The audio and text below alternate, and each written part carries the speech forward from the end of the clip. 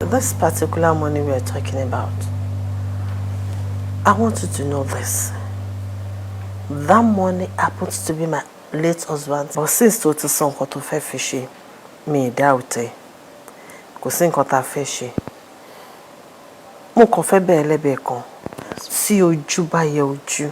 Kóhun máa yẹ ọ̀hún. Good. Bó ti jẹ́ pé wọn kì í pa òwe àbí parí òwe nílé àná. I'm sorry. Mi bínú mo kàn sọ fún ẹni. Tójú bá yẹ ojú Túnjí.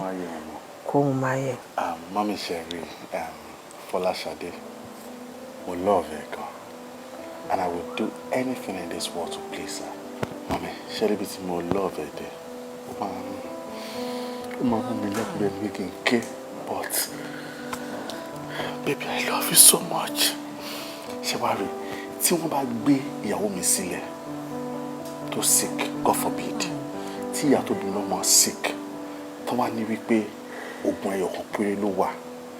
Ẹyọkan yẹn ló lè save either of them. Màá fún ìyàwó mi because I love her so much. So mommy, mi ò ní fẹ́ kẹ́ wá bothered at all. I love her so much and I'm ready to die for her. You're dying. Good. So after all said and done, tomorrow morning by His grace, I'll go to the bank with her to sign the necessary documents.